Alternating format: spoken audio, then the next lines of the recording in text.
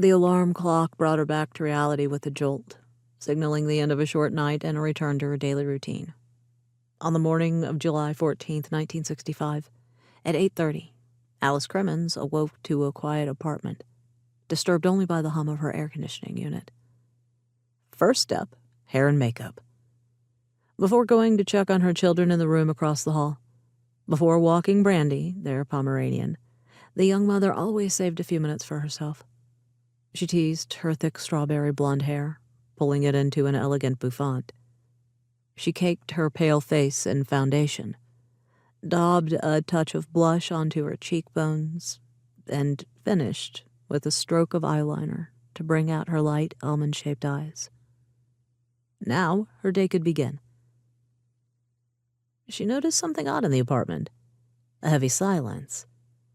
By this time of the morning, she could usually hear the voices of her children, 5-year-old Eddie Jr. and his 4-year-old sister Missy, filling their home. Today, there was nothing but silence. Alice crossed the hall and opened the door to their room. Both beds were empty. The casement window was wide open, and the screen, which Alice had installed the day before, was gone.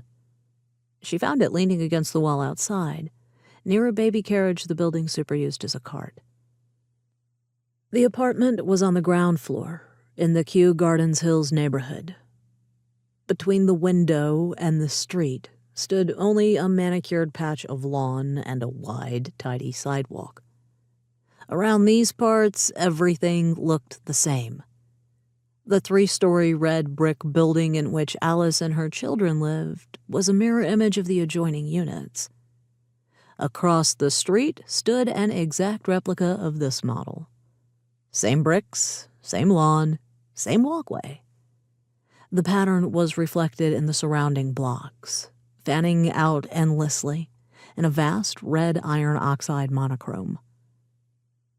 The uniformity left no room for whimsy. On either side of the thin walls, working-class families rented 2- or 3-bedroom apartments and led uneventful lives, identical to those of their neighbors. Fathers worked as laborers or civil servants, mothers as housewives or sales clerks. When residents crossed paths, their interactions were cordial, but rarely friendly. No one settled in this part of Queens hoping to spend their life here. On paper, this was New York, but it felt far from Manhattan, which everyone here called the city. Kew Gardens Hills existed halfway between urban frenzy and suburban tranquility. It was a transitional place, where people stayed after the birth of their youngest child and until their next promotion, until they could afford a piece of the American dream, their own house with their own little yard.